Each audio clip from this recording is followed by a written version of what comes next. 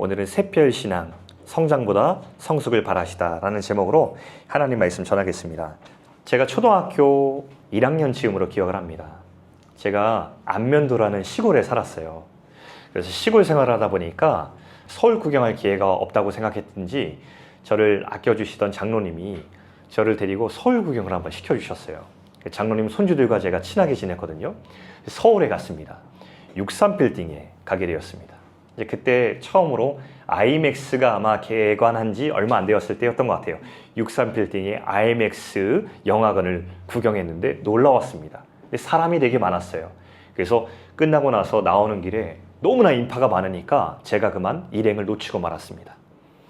딱 보니까 일행이 안 보이는 거예요. 근데 그 앞에 에스컬레이터가 있었습니다. 아, 내려갔나 보다. 떨리는 마음에 빨리 따라가야지 싶어서 에스컬을 타고 내려갔는데 아무리 두리번거려도 일행이 안 보이는 겁니다.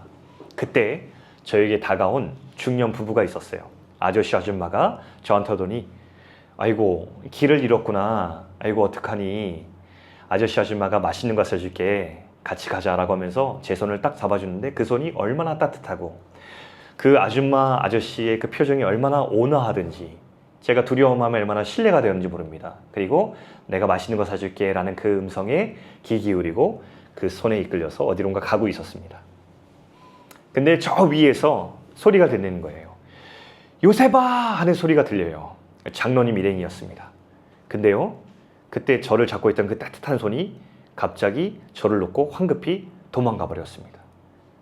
저는 그 내려왔던 에스컬레이터를 역주행해서 황급히 올라가서 장로님 일행을 말하는 것이 성공을 했죠. 지금 돌아보면 굉장히 아찔한 상황이에요. 그때 당시에 유아들을 납치해서 유괴한 사건들이 굉장히 빈번하게 발생하던 때였거든요. 이제 큰일 날 뻔했습니다. 여러분, 그 손길은 굉장히 저에게 따뜻하게 다가왔지만 결국에는 굉장히 위험한 손길이었던 것이죠. 우리 인생에, 우리 신앙에 그런 일들이 때로 일어나곤 합니다. 제가 서두에 이 말씀을 드린 이유는 오늘 이 본문에도 동일한 사건이 일어났기 때문에 제 일화를 좀 머릿속에 그리면서 이 본문을 들여다보면 좀 더 이해가 될 것 같아서 제가 서두에 좀 말씀을 드렸습니다. 앞서 제가 이 7교회를 소개하면서 에베소와 서머나와 버가모 교회 이야기를 들려드렸는데 도시마다 특징이 좀 있었어요. 근데 오늘 두아디라 교회는 좀 다릅니다. 앞서서는 제가 에베소는 어떤 도시라고 했죠? 경제도시. 그 다음 우리 서머나 같은 경우는 아름다운 항구도시. 그 다음에 버가모라는 도시는 행정 수도라고 말씀드렸는데 오늘 이 두아디라는 도시는요, 산업도시였습니다. 특별히 염색업과 제조업이 발달한 그런 도시였어요. 사진 한번 볼까요? 제가 본 도시들 중에서 가장 단조롭고 단순한 도시인 것 같습니다. 산업도시의 흔적이 남아있는 것 같은 느낌이 들었어요.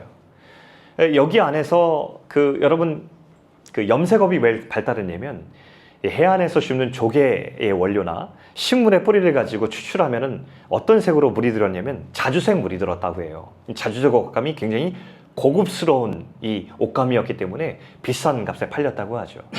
사도행전에 보면은 그 두아디라 출신의 한 여인이 등장합니다. 그 여인 이름이 루디아라고 합니다.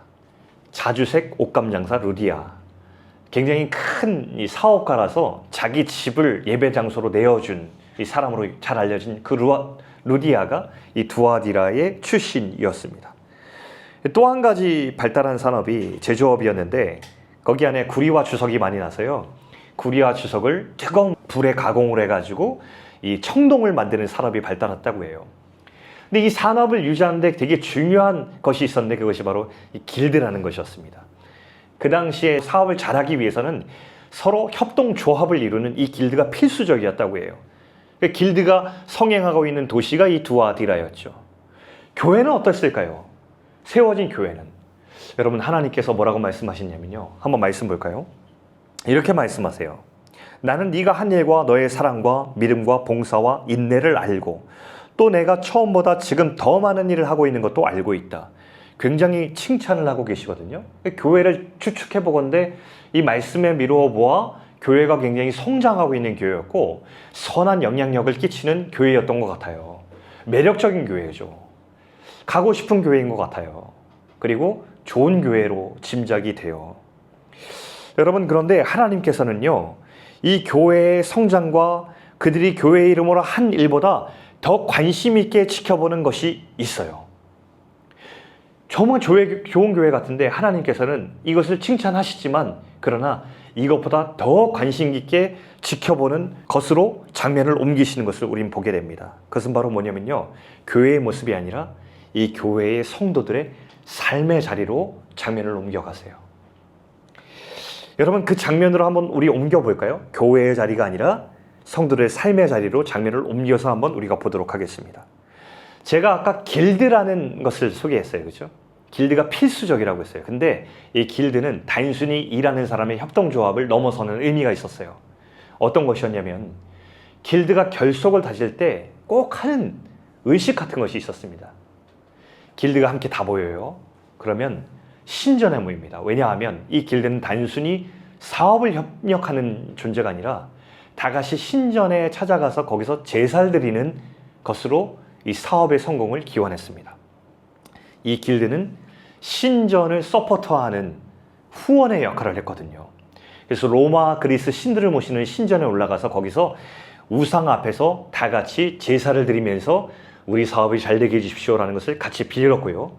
그 제사가 끝나고 나면 그 바쳤던 제물을 가지고 같이 식사를 하면서 술자리가 돌아갑니다. 그리고 다 같이 깊이 취할 때까지 음식과 술을 나눠요. 그러면서 결속을 다루죠. 그리고 다 취하게 되면 어떤 일을 벌이냐면 그 당시에 제사 신전 앞에서는요, 여제사장들이 있었어요. 제사장들이 그저 제사를 돕는 역할이 아니라 그때 당시에는 신과 같이 일치를 이루기 위해서는 여제사장들과 제사를 드리는 사람들이 성적인 관계를 나눔으로써 신과 하나가 된다고 믿었기 때문에 그 취한 사람들이 여제사장들이 창기 역할을 같이 하고 있었는데 그들과 함께 성적인 관계를 문란하게 맺음으로써 내가 신과 하나가 된다는 의식으로 맞춰진 거예요. 이런 의식이 있었기 때문에 사실 그리스도인들에게는 굉장히 불편한 의식이 분명했습니다. 우상 앞에 제사를 드리죠. 그리고 하나님이 용납하시지 않은 이 더러운 일들을 하게 되죠. 근데 여기서 크리스천들의 고민이 시작됩니다. 갈림길에 서죠. 내가 이것을 거부하자니 경제적으로 손실이 나고 내 사업이 잘 될 것 같지가 않습니다. 이것에 순응하자니 내가 하나님 앞에 죄를 짓고 있다는 것을 너무나 잘 알고 있습니다. 이 고민을 이 크리스찬들이 삶의 자리 가운데 하고 있는 거예요. 갈등이 시작이 된 것이죠. 여러분이라면 어떻게 하시겠습니까? 여러분이 두아디라 교회에서 있는 성도라면, 그리고 두아디라에서 경제적 활동하고 있는 사람이라면 여러분은 어떤 선택을 하시겠어요? 그때 당시에도 두 부류의 성도들이 있었겠죠. 첫 번째, 이것을 거부한 성도들이 있었을 것입니다. 성경에 남은 자들이라고 하는 사람이 있었어요. 이 사람은 분명히 가난해졌을 것입니다. 경제적인 손실이 어쩔 수 없이 일어날 수밖에 없었어요. 근데 이 사람들은 이런 마음이었을 것 같습니다. 제가 짐작해 보건대 하나님을 따르고 싶어서 거부는 했지만 내가 너무 어리석게, 내 삶을 보니까 너무 가난하고 초라해졌는데 내가 너무 어리석은 선택을 했나? 저 사람들은 아직도 잘 먹고 잘 살고 있는데 내가 너무 이상적인 선택을 했나? 후회도 되고, 그러나 하나님을 따라가는 이 삶이 의미 있을 것 같지만 그러나 또한 내 삶을 보니까 너무 어렵고, 이런 마음의 갈등들이 있었을 것 같고요. 또 한 성도들은 타협을 한 성도도 있었을 거예요. 근데 그 사람들은 경제적 손실이 아니라 경제적 이익이 여전히 있는데 또 한편으로 신앙적으로 너무 불편한 거예요. 내가 이렇게 살아도 되나? 여러분, 그런데 그때 이 본문을 보니까 한 자칭 여선지자라는 사람이 일어났어요. 교회에 일어났어요. 그 사람 이름이 여기 본문에 이세벨이라고 해요.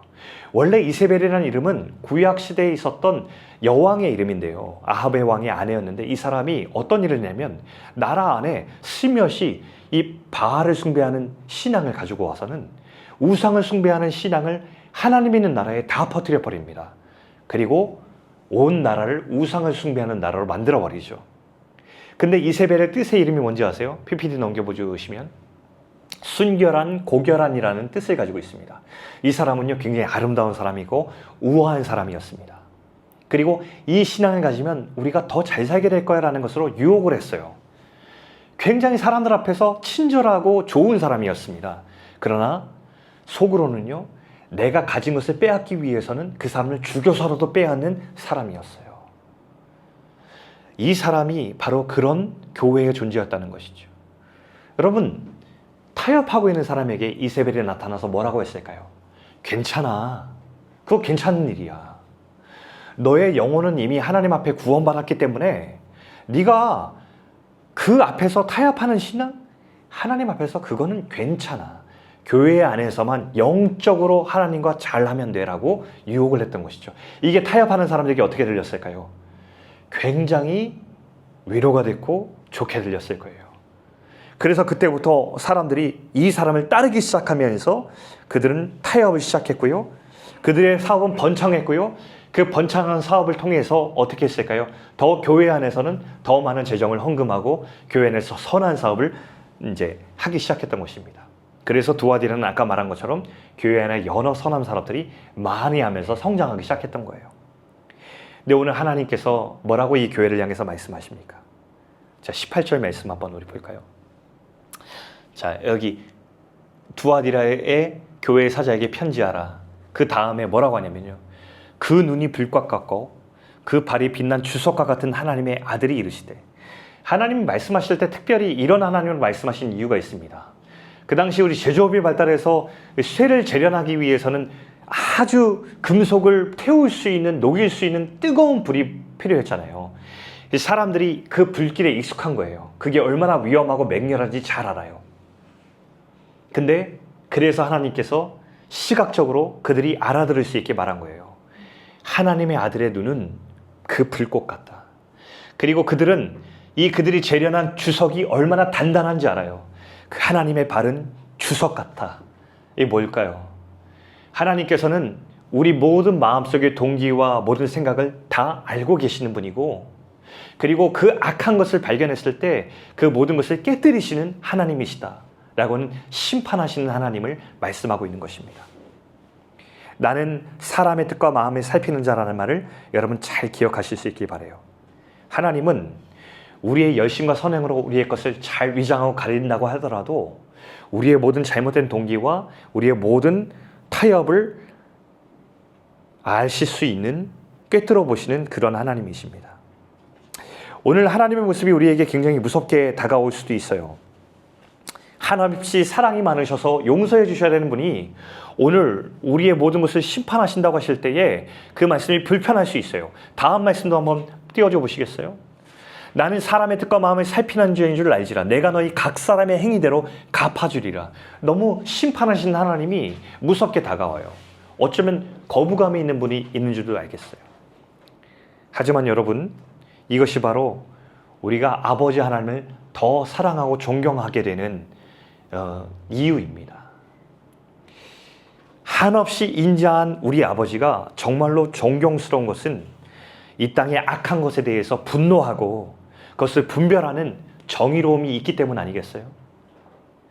여러분, 악한 것에 대한 침묵은 광연과 사랑이 아니에요. 그것은 무법과 부조리를 말하는 것이죠. 우리가 사는 도시에 악한 죄가 있고 그 죄를 저지른 사람이 있어요. 근데 그 사람이 아무 죄에 대한 페널티를 받지 않고 풀려나요. 정의로운 도시일까요? 그렇지 않아요. 정의롭고 공의로운 도시는요, 어떤 사람이 잘못했을 때 그에 합당한 벌을 받는 것. 우리나라에 여러 가지 많은 정치인들과 잘못한 사람 많이 있어요. 그 사람이 죄를 지었습니다. 근데 법정에서 그 사람들이 받아야 될 벌을 올바르게 선고하는 것이 정의로움이에요. 근데 아무리 죄를 지어도 그 사람들이 무죄래요. 벌을 받지 않아요. 이게 공의로운 사회일까요? 아니에요. 하나님께서 악한 것을 분노하시고 그에 걸맞게 심판하신다는 것은 하나님께서 정말 정의로운 우리 아버지라는 사실을 알려주고 있는 것입니다. 여러분, 이런 하나님을 성경에서 만날 때 우리는 하나님을 더 사랑하고 더 신뢰할 수 있는 것이죠. 우리 아버지 하나님은 정말 정의롭고 공의로우신 하나님이시구나 라는 것을 알고 계시는 거예요. 또 한 가지 성도들이 얻는 용기가 있어요. 이런 아버지 하나님이 있기 때문에 우리가 신앙에서 타협하지 않고 하나님 앞에서 올바르게 살아갈 때에 우리는 후회하지 않아도 되는구나. 후회가 아니라 내가 왜 그 선택을 했지? 왜 이렇게 미련하게 살지 않는 자책이 아니라 하나님께서 정의로운 그 하나님께서 살아계시기 때문에 하나님께서 모든 것 다 알고 계시기 때문에 우리는 그 길을 걸을 수 있는 마음이 생기는 것입니다. 사실 하나님께서 이토록 엄중하게 이렇게 말씀하시는 이유가 또 있는데, 그것은 이미 이세벨과 그의 추종자들에게 회개의 기회를 주었기 때문이에요. 21절 말씀 한번 볼까요? 자, 21절 말씀은 같이 한번 읽어보겠습니다. 자, 시작. 또 내가 그에게 회개할 기회를 주었으되 자기의 음행을 회개하고자 하지 아니하였다. 이렇게 얘기했습니다. 사실 하나님께서는 그 이세벨과 그의 추종자들에게 회개할 기회를 이미 주셨습니다. 그런데 그들은 회개하고 돌이키지 않았어요.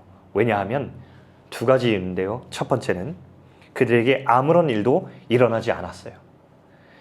잘못된 길로 가고 있는데도 내게 아무런 일이 일어나지 않았다는 거예요. 교회에서 내가 섬기는 일에 은혜롭게 막 사역이 진행되고 있어요. 내 회사와 사업이 여전히 막 번성하고 있어요. 내 삶이 괜찮은 거예요. 여기서 우리의 영적인 무감각이 일어나게 됩니다. 하나님의 사랑이 내게 허락한 기회의 시간은 흘러가고 있는데 나는 그것이 이렇게 살아도 내 삶은 괜찮아라는 자기 착각 안에 빠지게 된다는 것입니다. 이것이 영적인 무감각이에요. 여러분, 괜찮은 것이 아니라요, 하나님께서 우리에게 기회를 주고 있는 시간인 거예요. 그래서 로마서 1장에 보면 이렇게 말씀하고 있습니다. 로마서 1장에 여기 반복되는 노란 글씨 보세요. 하나님께서 내버려 두사, 하나님께서 내버려 두사, 하나님께서 내버려 두사. 하나님께서 우리를 내버려 두신다는 것은 사실은 우리에게 큰 경고의 메시지예요. 하나님께서 우리의 삶이 괜찮다고 하시는 것이 아니라 우리에게 기회의 시간을 주시고 있다는 것이죠. 우리 인생 가운데 죄를 짓고도 잘못된 길을 향해 가고 있는데 아무런 일도 일어나지 않고 있다면 우리 가운데 기회의 시간이 흐르고 있는 것입니다. 우리는 이 시간을 아껴서 하나님께 돌이켜야 되는 것이죠. 자, 두 번째, 그들이 회개하지 않았던 이유가 있는데 그것은 그들이 성장했기 때문입니다. 아마도 우상과 타협한 교인들은 교회의 일에 더 충성했을 것이라고 여겨집니다. 사업이 계속 번창했잖아요. 그러니까 헌금도 많이 하고요. 교회의 봉사도 칭찬받을 정도로 더 잘했을 것입니다. 그래서 아까 하나님께서 말씀하셨듯 이 도시 안에서 이 교회는 선한 일을 많이 하는 그런 교회로 성장하는 교회가 되었을 거예요. 그리고 그들은 그것을 자랑스러워했을 것입니다. 그러나 이 성장이 때로는 성숙을 가로막는 큰 장애물이 됨을 기억해야 합니다. 회개하고 돌이켜야 주님을 닮아가는 교회가 되는 것인데 우리가 돌이킴이 없이 와, 우리 교회는 잘 성장하고 있어, 우리 이렇게 잘하고 있고 우리 더 많은 선한 일을 하고 있잖아 라고 하는 자부심이 실제로 교회가 멈춰서서 우리 잠깐 멈춰서서 우리 좀 돌이켜봐야겠다 라고 하는 이 모든 것을 방해하는 교회의 성장이 된다는 것입니다. 여러분, 하나님께서 기회를 주셨을 때 돌이키는 것은 힘든 일입니다. 그러나 우리가 잘한 부분에 대한 공은 잊어버리고 우리를 더 빛나게 다듬어 가시려는 하나님 앞에 우리를 맡기는 것이 우리에게 필요해요. 빌립보서 3장 13절 14절 말씀 보면 바울이 이렇게 고백하거든요. 참 바울의 고백을 우리가 닮아야 되는데 오직 한 일, 즉 뒤에 있는 것은 잊어버리고 앞에 있는 표대를 향하여 주님께서 부르신 그 길을 향해 내가 달려간다 라는 고백을 하거든요. 바울이 사실 복음 전하면서 희생하고 헌신한 것들이 되게 많았잖아요. 그런데 바울에게 한 가지 마음이 있었어요. 내가 했던 모든 일들은 잊어버린다. 나는 지금 내 자리에서 여전히 하나님이 부르신 그 길을 향해서만 나아간다 라고 하는 이 고백이 있었기 때문에 그 말년까지 바울은 넘어지지 않고 하나님 앞에서 복음의 길을, 선한 길을, 경주를 마쳤다고 고백할 수 있었을 거예요. 교회에게 이것이 필요해요. 성도에게 이 믿음이 필요해요. 제 막내딸이 유치원에 다닐 때였는데요. 유치원에 다닐 때 되게 인상적인 일이 있을 때 와가지고 집에 와가지고 이제 배웠던 것을 막 나눠요. 되게 흥분해서.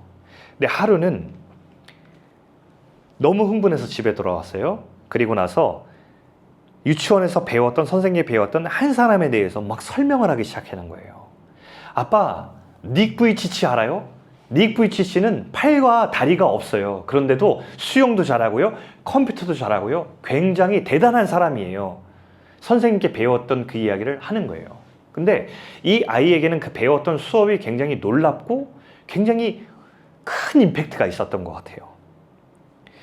그래서 그날 돌아와서 아이들과 함께 닉 부이치치의 영상을 보면서 더 대화를 나누면서 그 사람의 인생에 대해서 이야기를 나눴던, 더 많은 설명을 해줬던 기억이 나요.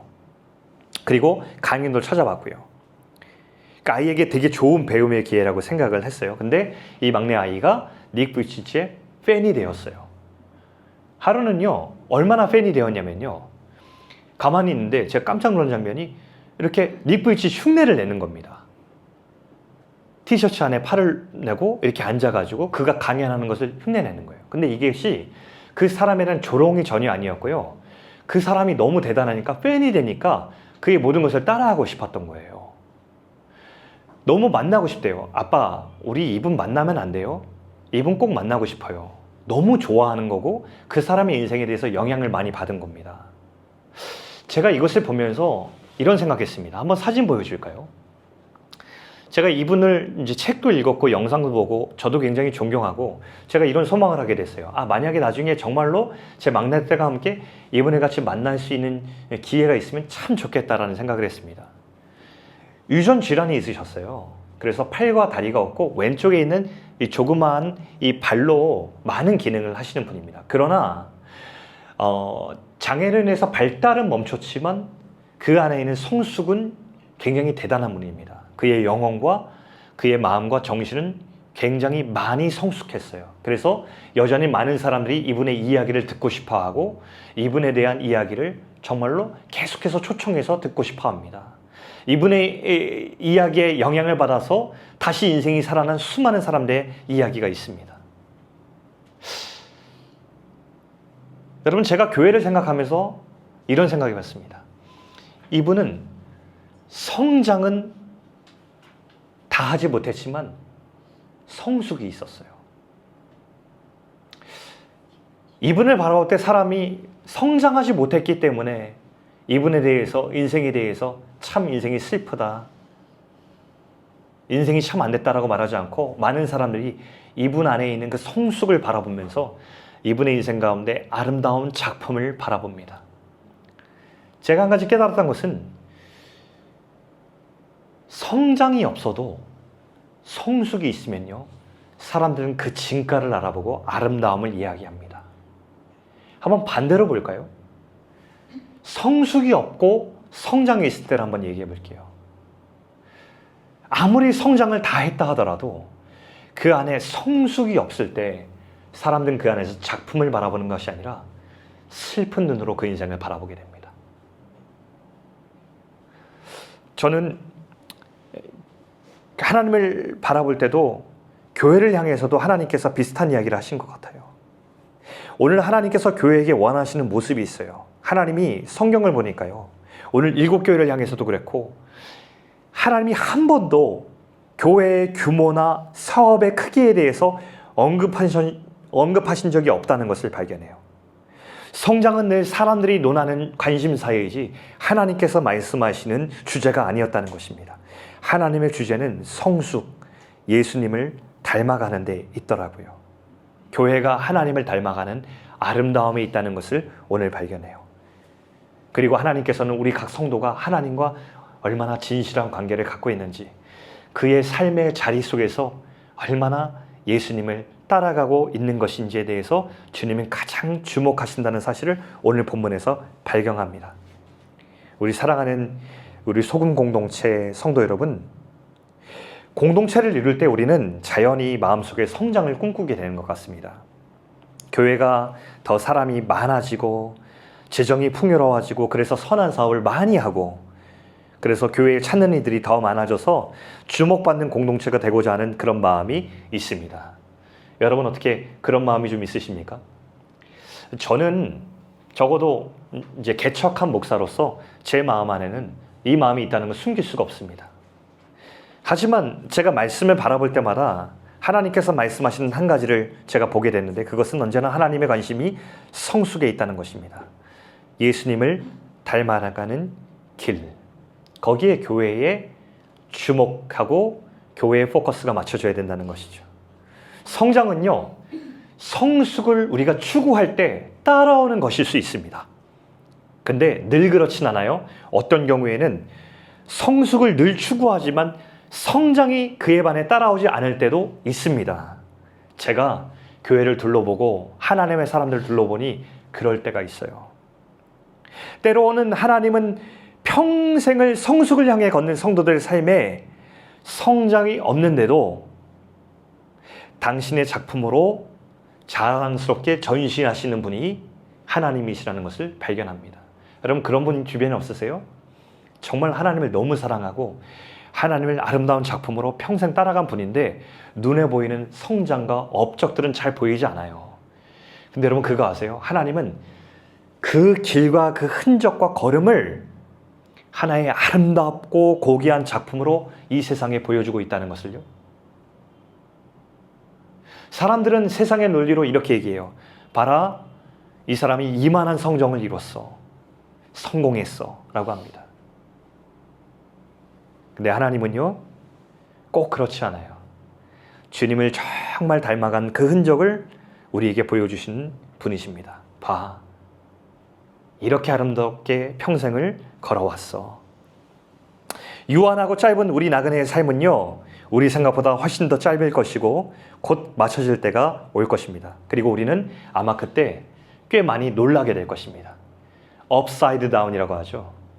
우리가 생각했던 모든 것들이 뒤바뀌는 그 모든 일들을 우리가 바라보게 될 것이라고 저는 감히 말씀드립니다. 특별히 여러분, 오늘 말씀을 드리며 저 여러분의 삶의 자리를 한번 살펴보기를 원합니다. 여러분, 교회 안에서 우리가 어떤 큰 사업들을 하는 거, 우리가 무언가를 역동적으로 하는 것 되게 중요합니다. 그리고 교회 안에서 저는 목사로서 여러분에게 뭔가 이 직분을 잘 이행하고 제가 맡은 직무를 잘 여러분들 앞에서 이행하는 것 되게 중요합니다. 근데 더 중요한 것이 있습니다. 가정 안에서 제게 맡겨진 남편과 아빠로서의 직무를 다 하는 것입니다. 제가 세상 밖에서 만나는 사람들과 인격적으로 예수님 닮아가는 모습을 보여주는 것입니다. 여러분들에게도 마찬가지입니다. 여러분은 일터에서, 가정 안에서, 세상 속에서 어떤 하나님의 사람으로 예수님을 닮아가는 성숙을 이루고 있는지 좀 자문해 보시면 좋겠습니다. 이 교회 안에서 우리가 아름다운 사람이 되는 것 되게 중요합니다. 이 교회 안에서 우리가 좋은 공동체가 되어서 이 안에서 하나님의 공동체로 존재하고 자라는 것은 정말 제가 너무나 간절히 열망하고 바라는 것입니다. 그러나 이것보다 더 하나님께서 간절히 바라시는 것은 우리가 좋은 공동체로 모여서 존재하지만 흩어진 각자의 자리에 들어가서 거기서 우리가 하나님을 닮아가는 성도가 되는 것은 훨씬 더 큰 하나님의 갈망이라는 사실을 여러분 기억하시길 바랍니다. 사람들이 저 사람 안에는 예수가 있어 라고 결국 고백하는 소리를 듣는 것이 우리의 소원이 되어야 된다는 것이죠. 오늘 그래서 주님께서는 마지막 28절에 말씀하십니다. 28절 말씀에 내가 또 그에게 새벽별을 주리라. 여러분, 마지막에 정말 남은 자들, 타협하지 않고 끝까지 이 성숙을 걸어가는 사람들에게 하나님께서 주신 보상이 뭐냐면 새벽별이래요. 이 새벽별이 무슨 뜻인지 아세요? 예수님이에요.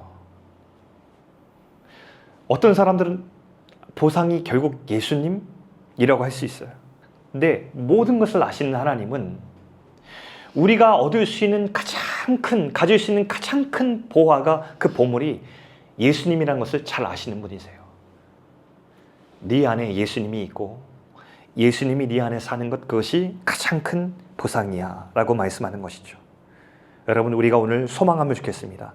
저와 여러분이 예수님을 가진 사람, 내 안에 예수님이 있어서 날마다 예수님과 함께 진실한 관계를 이루어가고 또 예수님을 닮아가는 성숙을 이루는 성도가 되기를, 그리고 그런 우리 공동체가 될 수 있기를 주님의 이름으로 간절히 우리 축원합니다. 아멘.